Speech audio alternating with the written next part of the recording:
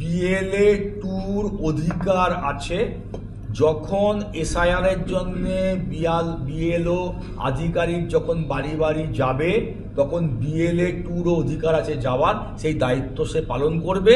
সেটা দেখার জন্য যেহেতু তারা দলের দ্বারা অ্যাপয়েন্টেড, দল তাদেরকে করেছে, ফলে দলের সকল স্তরের নেতৃত্ব সেদিকে নজর রাখবে। আর বিএলএ টুরা দেখবে যে কোথাও কোনো ন্যায্য ভোটার, আইনগতভাবে যার ভোটার লিস্টে নাম থাকার কথা, তাকে যেন কোনো চক্রান্ত করে তার নাম যাতে বাদ না যায়। বীরভূম নিয়ে কি কোনো বিশেষ বার্তা দিয়েছেন অভিষেক? সারা সারা পশ্চিমবঙ্গে মিটিং ছিল, শুধু একটা জেলা মিটিং ছিল না। কালকে যে মিটিংটা বলছেন তো, কালকে মিটিং সারা রাজ্যে মিটিং ছিল।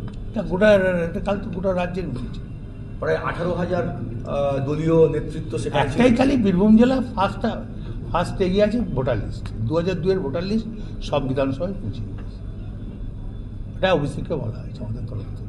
জেলায় ওয়ার্ড রুমগুলো যেগুলো তৈরি হচ্ছে, ওয়ার্ড রুম আমাদের আজকে কোর কমিটির সিদ্ধান্ত হয়েছে 3টে ওয়ার্ড রুম হবে, বোলপুর, সিউড়ি এবং রামপুরহাট, যেহেতু 3টেই মহকুমা আপনারা জানেন। এছাড়া যেটা দলের নির্দেশ আছে, প্রত্যেক বিধানসভা এবং ব্লকে একটা করে ওয়ার্ড রুম খুলতে হবে। অঞ্চলে এবং অঞ্চলে অঞ্চলে হচ্ছে সহায়তা কেন্দ্র, অঞ্চলে অঞ্চলে ওয়ার্ডে ওয়ার্ডে সহায়তা কেন্দ্র। আর ওয়ার্ড রুম একটা করে, সেটা বিধানসভা ওয়াইজ বা ব্লক ওয়াইজ সেখানকার বিধায়ক এবং ব্লক নেতৃত্ব থেকে সেটা ঠিক করবে।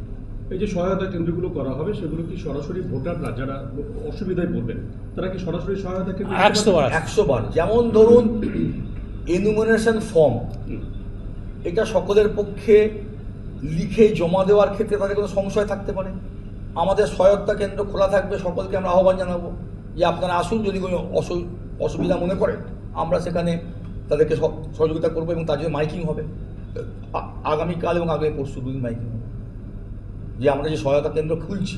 এটা যে কোনো রাজনৈতিক দলের অধিকার আছে খোলার, আমরা খুলব। দল থেকে সব জায়গাতেই হচ্ছে। হ্যাঁ, দল থেকে তাই নির্দেশ আছে, কালকে মাননীয় অভিষেক বন্দ্যোপাধ্যায় সেই নির্দেশ দিয়েছে। ঠিক আছে।